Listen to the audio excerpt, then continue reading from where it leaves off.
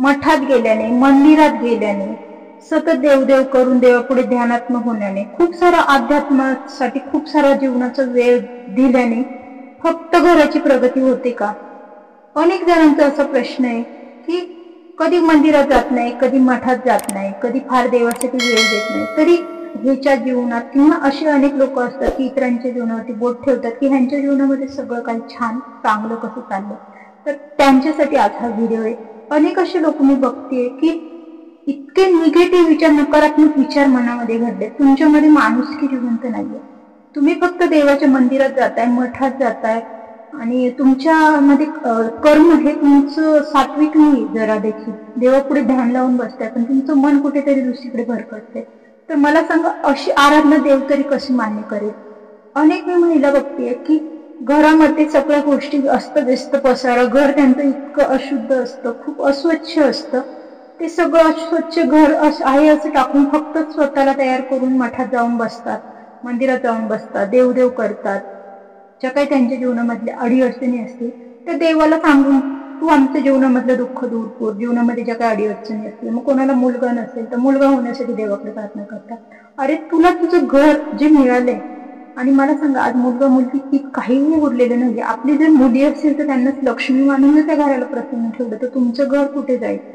अनेक असे मी आजही बघते, आजच्या काळामध्ये सुद्धा अनेक असे फॅमिली आहेत, अनेक अशा महिला आहेत की स्वतःच्या घराला जे आपल्याला मिळालंय त्या घराला जपायचं सोडून तुम्ही मंदिरात जा. पण कधी? ज्यावेळेस तुम्हाला मनापासून तुमचं घर एक मंदिर असते, त्या मंदिराला स्वच्छ ठेवल्यानंतर तुम्हाला जेव्हा जीवनामध्ये तुमचा आनंद आहे आणि तुम्हाला जेव्हा वाटतं की बाबा मंदिरात जाणं मला गरजेचं वाटतंय किंवा तिथे गेल्यानंतर तुम्हाला मन शांती, मीही मंदिरात जाते ज्यावेळेस मला गरजेचं वाटतं, ठराविक असा एक आपण म्हणतो ना अध्यात्माचे कार्यक्रम असतो किंवा एखादी अशी वेळ असते की तिथे आपल्याला देव ओढून नेतो.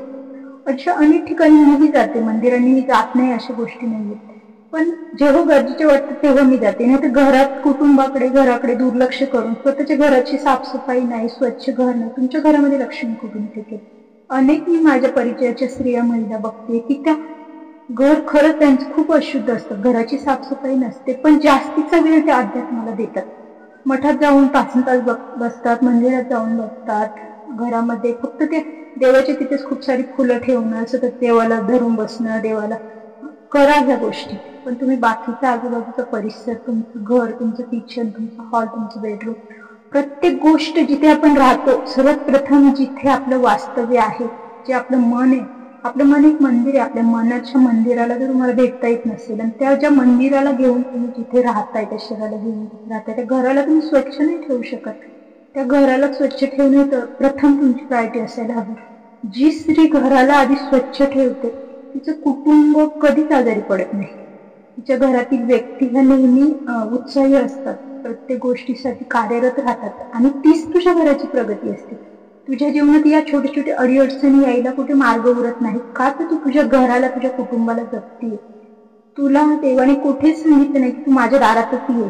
तुझ्या घराकडे दुर्लक्ष करून तू माझ्या दारात येऊन तू सतत काहीतरी अध्यात्म म्हणा, माळ जप म्हणा, व्रत वैकल्य. अनेक स्त्रियांना स्वतःच्या जीवाला त्रास करून उपवास करायची सवय असते. अनेक अशा स्त्रियांनी पाहिलं की दिवसभर राबतात, थकतात, ते सहनही होत नाही तो उपासमार, तरी देखील करतात. काहीतरी साध्य व्हावं, सतत अपेक्षा करतात. अपेक्षा करण्यापेक्षा कर्म करणं, कृती करणं.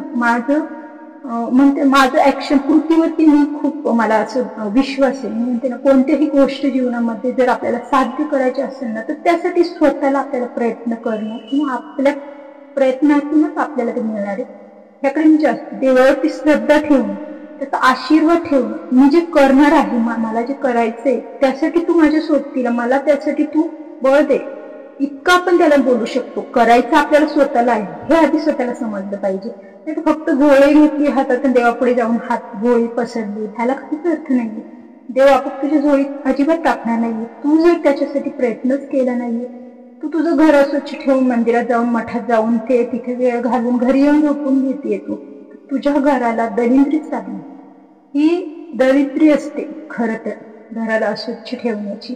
पण तेच तू तुझं घर स्वच्छ ठेवून छानपैकी त्या घराला म्हणजे सजू नको, पण त्या घराला स्वच्छ ठेवून, घराची कुटुंबाची काळजी घेऊन जर तू तो घराचा परिसर स्वच्छ ठेवला तर इनडायरेक्टली तुझं लाईफ हे नक्कीच आनंदी होणार आहे. जीवनामध्ये छोट्या मोठ्या गोष्टी, जेव्हा कुटुंब आनंदी व्हायला लागतं ना, तेव्हा हे छोट्या मोठ्या गोष्टी आपल्या जीवनातून दूर होतात. हे प्रॉब्लेम्स येत नाही. जरी जीवनात आले ना तरी ते निघतातही, कारण की आपल्याला ते आनंदात जगायची सवय लागलेली असते. त्याच्यामुळे आपल्या जीवनात आलेल्या या गोष्टींना आनंदाने आपल्याला स्वीकारता आलं पाहिजे. त्यामुळे मला जर असं कोणी प्रश्न विचारत असेल की कधी कुठे मंदिरात जात नाही, कधी मठात जात नाही, काही धार्मिक कार्यक्रमात सहभागी होत नाही, तर मला असं वाटतं की प्रत्येक कार्याची एक वेळ असते. आज बरेच वयोवृद्ध आपण बघतो की त्यांचा तो अध्यात्म म्हणतो आपण, त्याचा तो काळ ठरलेला असतो.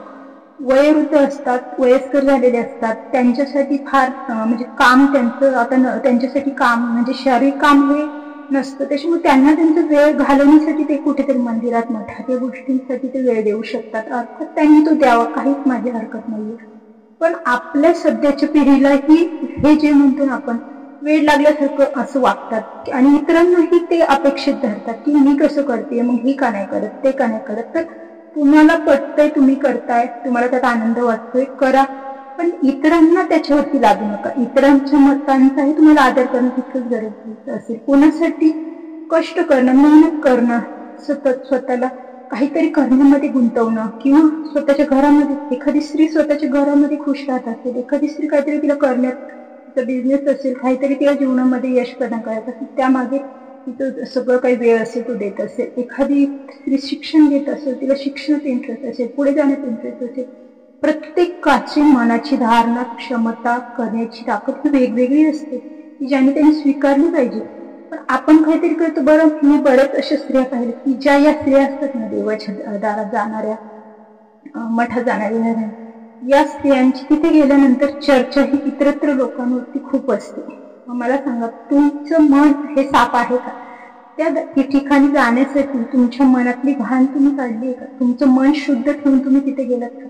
तुम्ही तिथे गेल्यानंतर जगाची चर्चा करताय, ह्या गोष्टी कितपत योग्य? अनेक लोकांना सवयी असतात, फक्त नावाला धार्मिक कार्यामध्ये आम्ही सहभागी होतो, आम्हाला खूप देवाचं आम्ही करतो, देव करतो, म्हणून तर तुमच्या जीवनामध्ये अडचणी येतात. देवासाठी मन शुद्ध राहणं खूप गरजेचं आहे. जेव्हा आपण देवाशी कनेक्ट होतो तेव्हा मनातून कनेक्ट होणं खूप गरजेचं असतं. जेव्हा मला असं जाणवतं, मी माझ्या घरामध्ये माझी आराधना, जेव्हा मला मनापासून देवाशी कनेक्ट व्हायचं असेल, तेव्हा माझ्या भावना रडतात देखील. म्हणजे इतपत आपल्याला आपलं मन त्यावेळेस शुद्ध आणि प्रामाणिक असायला हवं. भले चूक ती चूक असो, पण ती चूक मान्य करण्याची क्षमता देखील आपल्याला हवी, की आपण देवापुढे जाऊन आपले मान खाली घालून आपली चूक मान्य करण्याची ताकद ठेवतो. तर असे अनेक कनेक्शन जे असतात देवाशी जोडलेले, ते ज्याला समजतात त्याला समजतात. मग याचा अर्थ असं नाही की कोणीतरी काहीतरी वेगळं लाईफ जगतंय, खूप स्टँडर्ड लाईफ जगतंय, मग त्यांना देवाबद्दल काही वाटत नाही असा त्याचा भाव नाही होऊ शकत. किंवा त्याच्यावर मी सतत आरोप करायचे की ह्यांना फक्त एन्जॉयच लाईफ करायचं, ह्यांना फक्त चांगले कपडे घालायचे आणि कधी मंदिर वगैरे देवधर्म करायचे नाही. तर अशा गोष्टी होत नसतात. प्रत्येकाची भावना देवासंदर्भात ही वेगवेगळी असते. आणि मी एक स्त्री म्हणून एक वैयक्तिक माझं असं मत आहे की मला मंदिरात जाऊन, मठात जाऊन, इतरत्र जाऊन खूप सारा वेळ व्यर्थ वाया घालण्यापेक्षा मला ठराविक वेळ मी देवापुढे देते. माझ्या घरामध्ये दिवाबत्ती म्हणण्याच्या गोष्टी असतात, सकाळ संध्याकाळ घराला प्रसन्न ठेवण्यासाठीच्या ज्या गोष्टी आहेत त्यांनी अर्थातच करते. पण त्या पलीकडे मला माझं कुटुंब, माझं घर साफ ठेवण्यामध्ये, माझ्या कुटुंबाला वेळ देण्यामध्ये मला ते सुख लागतं आणि तो आनंद मिळतो. ते एक माझं धार्मिक, म्हणून आध्यात्मिक समजते मी सध्याच्या जीवनामध्ये. कारण की माझी त्यांना गरज आहे. माझ्या कुटुंबाला जर आज माझी गरज आहे, त्या कुटुंबासाठी मी माझा पूर्ण वेळ जरी दिला तरी मला त्यात आनंद मिळतो. आणि जिथे आपल्याला आनंद मिळतो तेच जीवनामध्ये आपण करायला हवं. फक्त काहीतरी पाहिजे, सतत काहीतरी जीवनामध्ये अडचणी येतात आणि त्या अडचणींना दूर करायचं म्हणून देवाकडे पळायचं, देवाच्या दारात जाऊन बसायचं, ह्याला काहीही अर्थ नसतो. आपल्या जीवनात येणाऱ्या अडीअडचणींना आपल्याला सामोरे जायचंय. देव आपली परीक्षा घेतो हे नेहमी लक्षात घ्या. त्याच्यामुळे जर आपली परीक्षा घेतो तर त्या परीक्षेत पास होणं हे आपलंच कर्तव्य आहे. त्या येणाऱ्या अडीअडचणींना मात करणं, त्या अडीअडचणी का आल्या त्याच्यावर विचार करणं, पॉझिटिव्ह गोष्टींकडे जाणं, ज्या गोष्टी निगेटिव्ह जीवनामध्ये घडल्या त्या का घडल्या, कशामुळे घडल्या, या गोष्टींचा विचार केला तर ह्या गोष्टी खूप गरजेच्या आहे. आणि अंतर्मन हे सर्वात मोठं आपल्यासाठी देवता असतं. आपल्या अंतर्मनाशी आपल्याला जोडता आलं पाहिजे. फक्त धार्मिक कार्यामध्ये सहभागी झालं म्हणजे आपण खूप सारे धार्मिक झालो किंवा आपण खूप श्रेष्ठ झालो असं त्याचा अर्थ होत नाही. कितीतरी अशी लोक आहेत त्यांच्या मनामध्ये अजिबात देवाबद्दल भावना नाही, पण फक्त समाजाला दाखवायचं म्हणून ते समाजात वावरतात. कितीतरी महिला मी आता बघते की मठात स्वामींचं करतात, स्वामींचे उतरल्यात, पण फक्त तिने केलंय, ती शेजारचीने केलंय म्हणून मी करते, म्हणून मी पण जाणार, ती करते हे म्हणून मी पण करणार, ती करते पाठपठण म्हणून मी पण करणार. अजिबात नाही. ह्या विचाराने अनेक महिला त्या मठात जातात. तर मला ह्या महिलांना हे सांगायचं की इतर कोणीतरी करतं म्हणून तुम्ही त्यात उतरू नका. मनोभावी तुम्हाला ती इच्छा असेल, त्यातून तुम्हाला आनंद मिळत असेल तरच या गोष्टी करा. नाहीतर तुम्हाला कुठेही कोणी जबरदस्ती केली नाही तर तुम्ही या गोष्टी जीवनामध्ये करा. आपलं मन हे आपला क्लिअर हवा, जीवनामध्ये आपला गोल क्लिअर हवा की मी कोणाचं वाईट केलं नाही, विनाकारण मी कधी. मला जीवनामध्ये अनेक जण म्हणतात ही आगाऊ स्वभावाची आहे, ही बोलते, ही करते, पण मला माहिती माझं व्यक्तिमत्व काय. मला ज्या गोष्टी पटत नाही त्या गोष्टी 4 ठिकाणी जाऊन बोलण्याऐवजी मला समोर बोलायला, स्पष्ट मांडायला आवडतात. आणि माझं स्पष्ट व्यक्तिमत्व आहे ते मी मानते. आणि त्यातून जर मला कोणी वाईट म्हणत असेल तर मला या गोष्टींचा विचार नाही करायचा. मी स्वतःच्या मनाला ही गोष्ट ठामपणे सांगितली की जगामध्ये प्रत्येकाला नाव ठेवणारी लोक आहेत. कोणी तसं श्रेष्ठ नाहीये की त्याला नावं ठेवली जात नाही. मग आपण काय? त्याच्यामुळे फार विचार करायचा नाही, कारण की जग 5% बोलताना आपण 100% आपल्या डोक्यात घाण करतो. तर ही घाण मला करायची नाही. कोण काय बोलतं ह्याला मला ऐकायचंच नाही. त्यासाठी मला माझं निवांत एकांत मला पुरेसं आहे, मी त्यात खुश आहे. तर मला हेच सांगायचे की देवधर्म, मठ, मंदिर ह्या गोष्टी, ह्या अध्यात्माच्या गोष्टींसाठी कितीसा वेळ द्यायचा, कुटुंबाकडे किती लक्ष द्यायचं, या गोष्टी जीवनामध्ये करता आल्या पाहिजे. मीही माझ्या मुलांना जितक्या गोष्टी द्यायच्या ज्या गरजेच्या आहेत त्या नक्कीच सांगते, देते, पण सतत मुलांकडे, कुटुंबाकडे दुर्लक्ष करून सतत देवापुढे बसणं. मुलं कुठेतरी जेवायला मागतात, ही बसली देवापुढे माळ घेतात, मग ते देव तरी तुला, तू त्या आत्म्यांचं तळतळाट घेतली आणि त्या देवापुढे बसली. तो एक आत्मा आहे, हा एक आत्मा आहे, मग तू त्या आत्म्याला कशाला त्रास घेतली?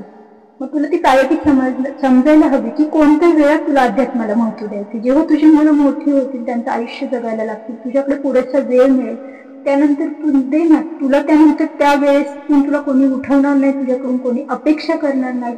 अर्थातच ती एक समाधानाची वेळ तुझ्या जीवनात असेल. तर जर तुला त्या गोष्टी आवडतात तर तू नक्कीच ठराविक वेळेत त्या गोष्टी करू शकते. मला काहीच त्या गोष्टींबद्दल मी म्हणत नाही की त्या गोष्टी चुकीच्या आहेत, पण त्या कधी कोणत्या वेळेत करायच्या हे समजलं पाहिजे.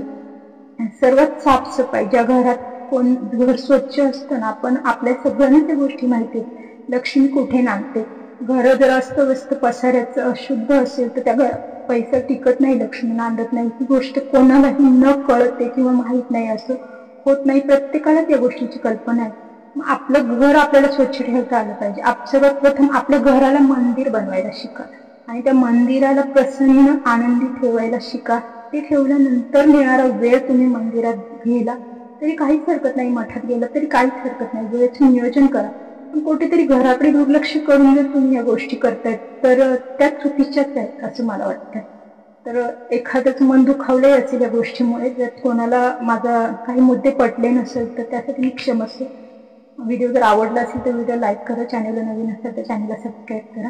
भेटूया पुन्हा तशा एखाद्या सामाजिक नातेसंबंध किंवा एखादा असा विषय, मोटिवेशनल विषय जे जीवनाशी निगडीत असेल. मी वेगवेगळ्या विषयांवर बोलते. माझी ती आवड आहे. खरं तर मला असं वाटतं की आपलं आयुष्य आपल्या मर्जीप्रमाणे जगावं, म्हणून माझी आवड मी जोपासण्याचा प्रयत्न करते. तर अशी ही माझी छोटीशी आवड मी माझ्या चॅनल मार्फत तुमच्या सर्वांसमोर मांडते.